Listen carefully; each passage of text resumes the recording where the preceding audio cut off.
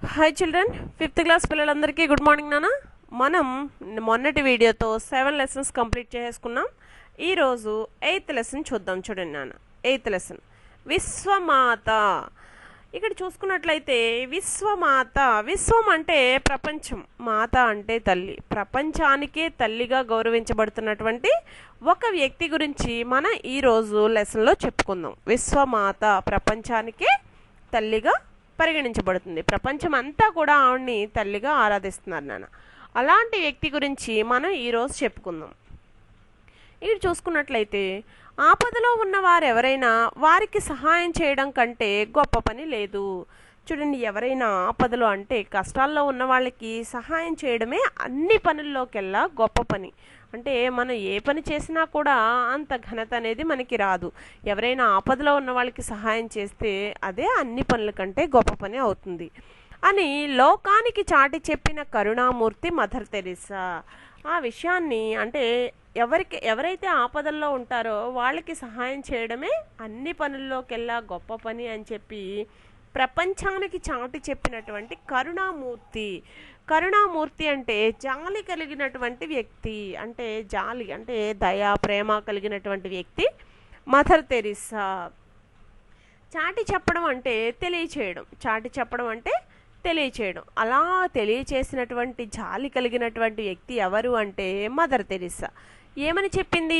ఆపదలో ఉన్నవారికి సహాయం చేయడం కంటే గొప్ప పని లేదు అని ప్రపంచానికి చాటి చెప్పింది. అంటే లోకం మొత్తానికి కూడా చాటి చెప్పింది. అంటే తెలియచేసినటువంటి జాలి కలిగినటువంటి వ్యక్తి మదర్ తెరిసా.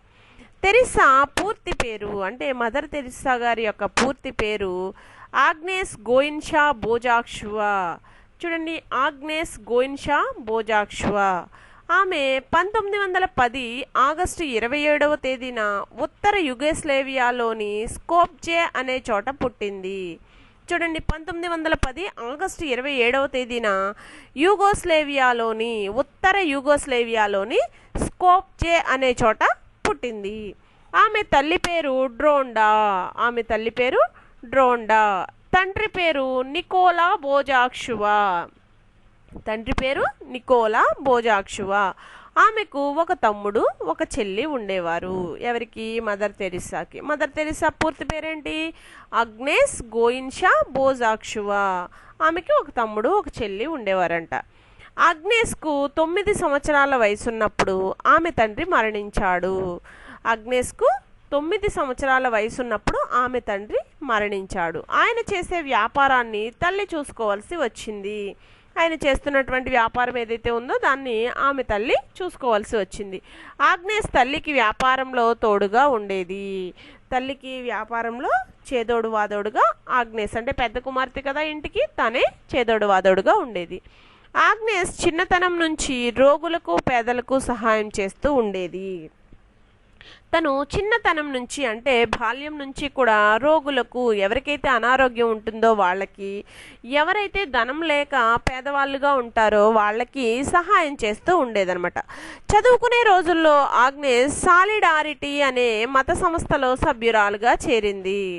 చదువుకునే రోజుల్లోనే తను చదువు పూర్తి కాకముందే సాలిడారిటీ అనే మత సంస్థలో, ఒక మతానికి సంబంధించినటువంటి సంస్థలో సభ్యురాలుగా చేరింది. మత సంబంధమైన పుస్తకాలు చదివేది. ఆ మతానికి సంబంధించినటువంటి పుస్తకాలని తను చదివేది. ఆ కాలంలో భారతదేశంలోని కలకత్తాలో అనేక మిషనరీ శాఖలు ఉన్నాయి. ఆ కాలంలో అంటే ఆ సమయంలో భారతదేశం అంటే మన దేశంలో కలకత్తాలో అనేక మిషనరీ శాఖలు ఉన్నాయి. అంటే మిషనరీ అంటే చూడండి, మనకి సేవలు అందించే సంస్థలు నాన్న. అలాంటి శాఖలు అంటే చాలా చోట్ల విస్తరించి ఉన్నాయన్నమాట. ఏంటి? సేవలు అందించేటటువంటి సంస్థలు.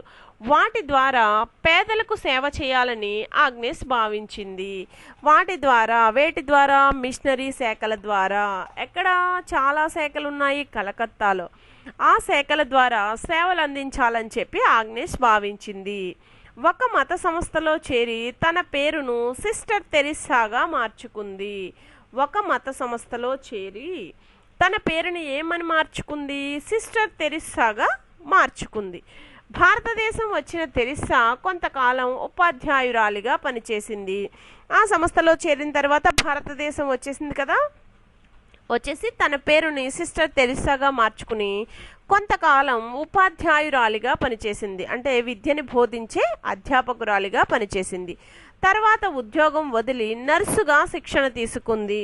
తర్వాత తాను చేస్తున్న ఉద్యోగం వదిలేసి నర్సుగా, అంటే రోగులకు సేవ చేసేటటువంటి నర్సుగా శిక్షణ తీసుకుంది.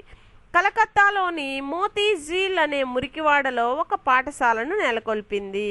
కలకత్తాలోని మోతీజీల్ అనే మురికివాడలో ఒక పాఠశాలను నెలకొల్పింది. పాఠశాల ముగిసిన తరువాత నెక్స్ట్ పేజీలో ఉంది చూడండి. మురికివాడల ప్రజలకు ఆమె చేస్తున్న సేవలను గుర్తించిన ఆ ప్రాంతవాసులు ఆమెను మదర్ తెరిస్సాగా పిలిచేవారు. పాఠశాల ముగిసిన తర్వాత కలకత్తాలో ఉన్న మురికివాడలు అంటే బాగా పేదరికంతో మగ్గిపోతూ చిన్న చిన్న ప్రదేశాల్లో, అంటే అక్కడ ఎప్పుడు కూడా మురికి ప్రవహిస్తూ ఉంటుంది. ఆ మురికి పక్కనే వాళ్ళ నివాసం ఏర్పరచుకుని అక్కడే నివసిస్తూ ఉంటారు. వాళ్ళని మురికివాడల్లో నివసించే ప్రజలు అంటారు నాన్న. అలా మురికివాడల్లో ప్రజలకు ఆమె చేస్తున్న సేవలను గుర్తించిన ఆ ప్రాంతవాసులు ఆమెను మదర్ తెరిస్సాగా పిలిచేవారు. ఆమె పాఠశాల ముగించిన తర్వాత, పాఠశాల అయిపోయిన తర్వాత ఆ మురికివాడల్లో ప్రజలకు సేవ చేస్తూ ఉండేది. క్రమంగా ఎందరో ఆమె చేస్తున్న సామాజిక సేవల పట్ల ఆకర్షితులై ఆమెకు తోడు నీడగా సహాయం చేయసాగారు. చూడండి, క్రమంగా ఎందరో ఆమె చేస్తున్న, అంటే చాలామంది వ్యక్తులు ఆమె చేస్తున్న సామాజిక సేవ పట్ల, సమాజంకి ఆమె చేస్తున్న సేవల పట్ల ఆకర్షితులై, అంటే ఆకర్షణకి లోనై, అంటే ఆమె అంత సేవ చేస్తుంది కదా సమాజానికి, మనం కూడా మనవంతు సహాయం చేయాలి అని చెప్పి ఆమెకు తోడు నీడగా సహాయం చేయసాగారు. 1950లో మిషనరీస్ ఆఫ్ చారిటీ అనే సంస్థను తెరిస్సా కలకత్తాలో నెలకొల్పింది.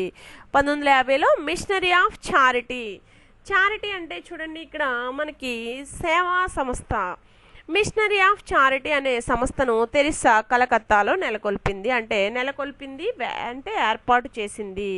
కులమతాలకు తావు లేకుండా ఎవరు ఆపదలో ఉన్నా వారికి సేవ చేయాలనే ఆశయంతో నెలకొల్పిన ఈ సంస్థ ఇప్పుడు 71 దేశాల్లో విస్తరించింది.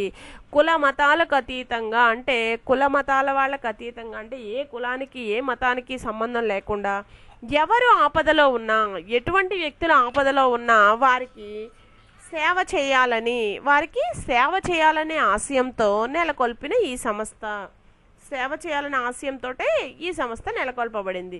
అలా ఈ సంస్థ 71 దేశాల్లో విస్తరించింది. ఎన్ని దేశాల్లో విస్తరించింది నాన్న? 71 దేశాల్లో ఈ సంస్థ. ఏ సంస్థ?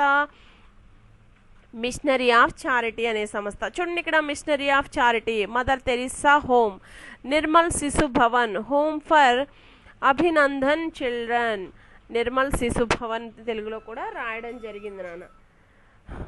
మీరు ఇక్కడ చూసుకున్నట్లయితే ఈ సంస్థ 71 దేశాల్లో విస్తరించడం జరిగింది. ఏ సంస్థ నాన్న? ఈ సంస్థ. అంటే అక్కడ ఏ సంస్థ అని చెప్పుకున్నాం మనం? Missionary of Charity. తన సేవలతో పేదలను ఆదుకుంటున్నది. ఎవరి సేవలతో? మదర్ తెరిస్సా తన చేస్తున్న సేవలతో పేదలందరినీ కూడా ఆదుకుంటుంది. అనాథలు మరణిస్తే అంత్యక్రియలు చేయడానికి కలకత్తాలోని కాళీఘాట్లో నిర్మల్ హృదయ్ అనే మరొక సంస్థని ఏర్పాటు చేసింది. ఎవరైనా అనాథలు చనిపోతే వాళ్ళ అంత్యక్రియలు చేయడానికి, వాళ్ళ దహన సంస్కారాలు చేయడానికి కలకత్తాలో కాళీఘాట్, అంటే ఇక్కడ ఘాట్ అంటే మనకి అక్కడ అర్థం ఏంటంటే ఎవరినైనా చనిపోయిన వ్యక్తులని దహన సంస్కారాలు, అంటే అది పోడ్చడం కావచ్చు, దహనం చేయడం కావచ్చు నాన్న. అలాంటి ప్రదేశం కాళీఘాట్. ఆ ఘాట్లో నిర్మల్ హృదయ్ అనే మరొక సంస్థని ఏర్పాటు చేసింది.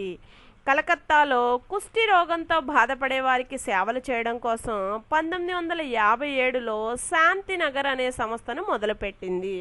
కలకత్తా మొత్తం మీద కుష్టి రోగంతో, పూర్వకాలంలో కుష్టి రోగులు చాలామంది ఉండేవారు నాన్న. ఇప్పుడంటే చాలా మెడిసిన్స్ వచ్చేసి మనకి వ్యాక్సిన్స్ అందుబాటులో రావడం వల్ల కుష్టి రోగం అనేది కనుమరుగైపోయింది. కానీ మదర్ తెరిస్సా సేవలు అందించే కాలంలో చాలా ఎక్కువ మంది కుష్టి రోగంతో బాధపడేవారు.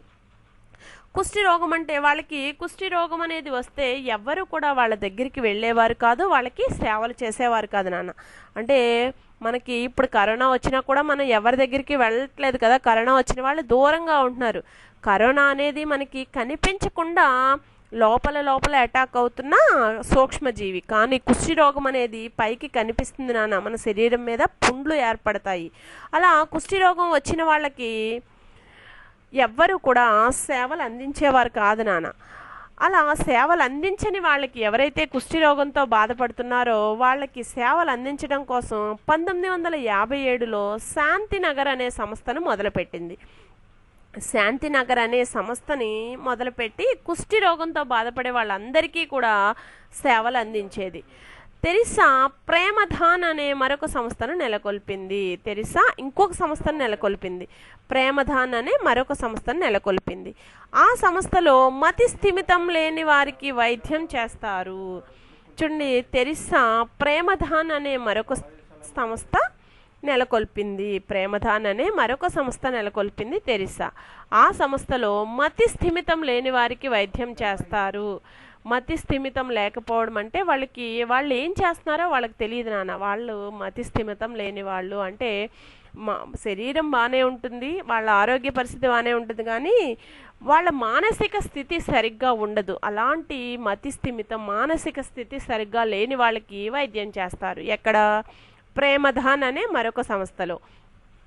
మతి స్థిమితం ఏర్పడిన తరువాత జీవించే మార్గం చూపిస్తారు. మతి స్థిమితం ఏర్పడిన తర్వాత వాళ్ళకి మానసిక స్థితి మెరుగైన తరువాత వాళ్ళు ఎలా జీవించాలి అనే దానికి కూడా మార్గం చూపిస్తారు. ఎక్కడ? ప్రేమదాన్ అనే సంస్థలో. ఆమె స్థాపించిన ఇంకొక సంస్థ శిశు సదన్. శిశు సదన్.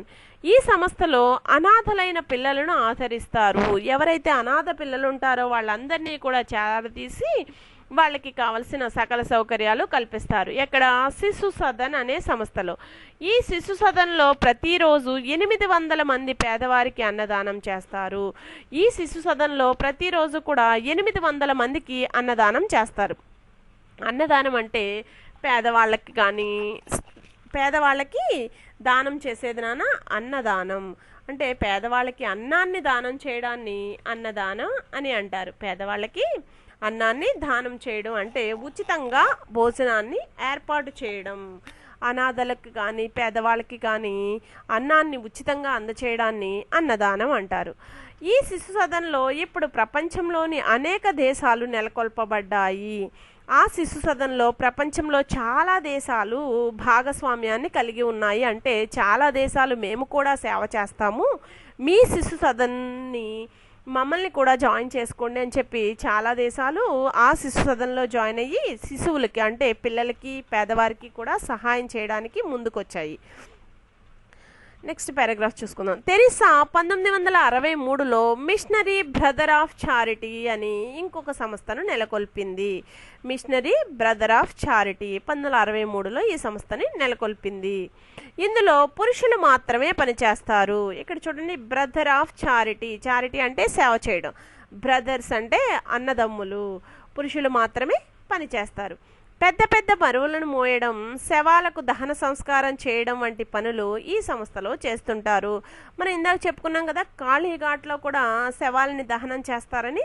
ఆ శవాలని దహనం చేయడానికి మిషనరీ బ్రదర్ ఆఫ్ చారిటీ ఈ సంస్థలో పనిచేసేటటువంటి వ్యక్తులు ఆ పనులు చేస్తారు. పెద్ద పెద్ద బరువులు మోయడం, వీళ్ళ సంస్థలన్నిటికీ శవాలను దహన సంస్కారాలు చేయడం, అనాథ శవాలు ఏవైతే ఉంటాయో వాళ్ళకి దహన సంస్కారాలు చేయడం ఈ సంస్థలో చేస్తుంటారు.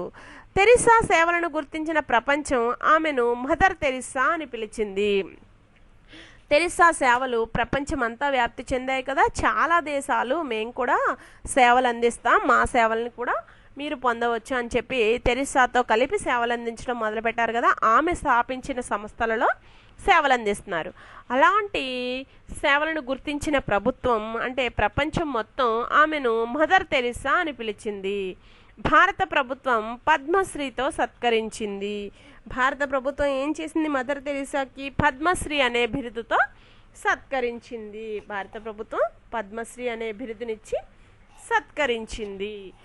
ఫిలిప్పీన్స్ మెగాసేస్ అవార్డును, అమెరికా గుడ్ సామరిటిన్ అవార్డును బహూకరించాయి.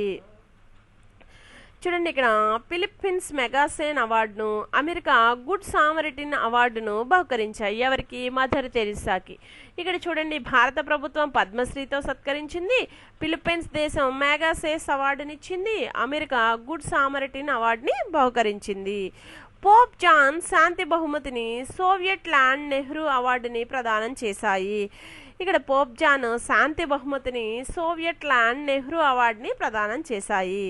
మదర్ తెరిసా పొందిన అవార్డుల్లో అత్యుత్తమమైనది నోబెల్ బహుమతి. మదర్ తెరిసా పొందిన అన్ని అవార్డుల్లోకెల్లా అత్యుత్తమమైన బహుమతి నోబెల్ బహుమతి. అది 1979లో ఆమె స్వీకరించింది. చూడండి, ఇక్కడ నోబెల్ బహుమతి ఎవరికైతే ఇస్తారు? ఎక్కువగా ఏ రంగంలోనైనా సేవలు అందించిన వాళ్ళకి కానీ ప్రతిభని కనబరిచిన వాళ్ళకి నోబెల్ బహుమతిని ఇస్తారు నాన్న. ఆ బహుమతి మన మదర్ తెరిసాకి దక్కింది. అది అత్యుత్తమమైన నోబెల్ బహుమతి. భారతదేశంలో పుట్టకపోయినా భారత ప్రభుత్వం ఆమెను భారతరత్న పురస్కారంతో సత్కరించింది. మదర్ తెరిసా భారతదేశంలో పుట్టకపోయినా కూడా, విదేశీ రాలైనా కూడా భారతదేశంలో కలకత్తాలో ఎక్కువగా సేవలు అందించింది కాబట్టి భారత ప్రభుత్వం భారతరత్న బిరుదుతో ఆమెని పురస్కారంతో సత్కరించింది. ఇది మనకి విదేశీ వనితలలో, విదేశీ అమ్మాయిలలో మొట్టమొదటిగా భారతరత్న పురస్కారం పొందినటువంటి వ్యక్తి మదర్ తెరిసా నాన్న. ఇంకా భారతరత్న పురస్కారం చాలామందికి ఇవ్వడం జరిగింది. వారిలో మన అబ్దుల్ కలాం గారు, ప్రణబ్ ముఖర్జీ గారు, ఇలా చాలామంది వ్యక్తులు ఉన్నారు నాన్న. వాళ్ళందరికీ కూడా భారతరత్న పురస్కారం లభించింది. ఆమె అందుకున్న 40కి పైగా అవార్డుల ద్వారా ఆమె పొందిన సొమ్మును ఆమె సేవా కార్యక్రమాలకే ఖర్చు చేసింది. ఆమెకి 40కి పైగా అవార్డులు, బహుమతులు వచ్చాయి నాన్న. ఏదైనా మనకి అవార్డు తీసుకున్నప్పుడు ఆ అవార్డుతో పాటు కొంత ధనాన్ని కూడా ఇవ్వడం జరుగుతుంది, అంటే కొంత డబ్బును కూడా ఇవ్వడం జరుగుతుంది. అలా 40కి పైగా అవార్డులు వచ్చిన ద్వారా సంపాదించినటువంటి సొమ్ముని, ఆమె పొందినటువంటి సొమ్మును ఆమె సేవా కార్యక్రమాలకే ఖర్చు చేసింది. ఆమెకి అవార్డుల ద్వారా వచ్చిన ధనాన్ని మొత్తం సేవా కార్యక్రమాలకి వినియోగించింది. చూడండి, ఇక్కడ నెక్స్ట్ పేజీలో ప్రార్థించే చేతుల కన్నా సేవించే చేతులు మిన్న. ప్రార్థించే చేతుల కన్నా సేవించే చేతులు మిన్న. చూడండి, మనం చేతులు జోడించి ప్రార్థనలు చేయడం కంటే సేవించడం, ఎవరికైనా సేవ చేయడమే అన్నిటికంటే మిన్న. అందుకే ప్రార్థించే చేతుల కన్నా సేవించే చేతులు మిన్న అని దేశానికి చాటి చెప్పిన మదర్ తెరిసా 1997 సెప్టెంబర్ 5వ తేదీన మన నుండి దూరమయ్యారు. ఆమె 1997 సెప్టెంబర్ 5న మన నుండి దూరమయ్యారు, అంటే మరణించారు అని అర్థం. ఆమె స్థాపించిన సంస్థలు ఆమె ఆశయాల సాధన కోసం నిరంతరం శ్రమిస్తూనే ఉన్నాయి. ఆమె స్థాపించిన సంస్థలు ఏవైతే ఉన్నాయో అవన్నీ కూడా ఆశయ సాధన కోసం, ఆమె ఏ ఆశయంతో అయితే స్థాపించిందో ఆ ఆశయ సాధన కోసం నిరంతరం శ్రమిస్తూనే ఉన్నాయి. అంటే ప్రతినిత్యం పాటుపడుతూనే ఉన్నాయి ఆశయాల సాధన కోసం. పేదవారికి సహాయం చేయాలనే ఆశయ సాధనే మదర్ తెరిసాని ఇంత ఉన్నతమైన వ్యక్తిగా తీర్చిదిద్దగలిగింది నాన్న. ఆమె ఏం చెప్పింది? ప్రార్థించే చేతుల కన్నా సేవించే చేతులు మిన్న అని దేశానికి చాటి చెప్పింది. ఈరోజు మనం మదర్ తెరిసా గురించి కొంత విషయాన్ని మనం తెలుసుకున్నాం నాన్న. పూర్తిగా తెలుసుకున్నాం అనడానికి లేదు, ఇంకా చాలా సేవలు అందించింది మదర్ తెరిసా. దానిలో కొన్ని మనకి లెసన్ రూపంలో ఇవ్వడం జరిగింది. మదర్ తెరిసా గురించి చక్కగా వివరించి చెప్పడం జరిగింది నాన్న. మీరందరూ కూడా ఈ లెసన్ని 1కి 2 సార్లు చదివి అర్థం చేసుకోండి నాన్న. ఎందుకంటే మదర్ తెరిసా ఎక్కడ పుట్టింది, ఆ దేశం పేరేంటి, ఆమె తల్లిదండ్రుల పేరేంటి, అతను పుట్టినది ఏ తేదీ, ఆమె పూర్తి పేరేంటి, ఇవన్నీ కూడా మీరు లెసన్ చదివి చక్కగా నేర్చుకుంటారని అనుకుంటున్నాను నాన్న. లెసన్ 2 పేజెస్ కంప్లీట్గా చదవాలి. మీరు ఈరోజు వర్క్ ఏమీ లేదు, రిటర్న్గా రాయడానికి కానీ చదవడానికి కానీ వర్క్ ఏమి ఇవ్వలేదు కాబట్టి ఈ లెసన్ని ఒకసారి అర్థం చేసుకుని చదువుతారని అనుకుంటూ ఈ వీడియోని ఎండ్ చేస్తున్నానమ్మా.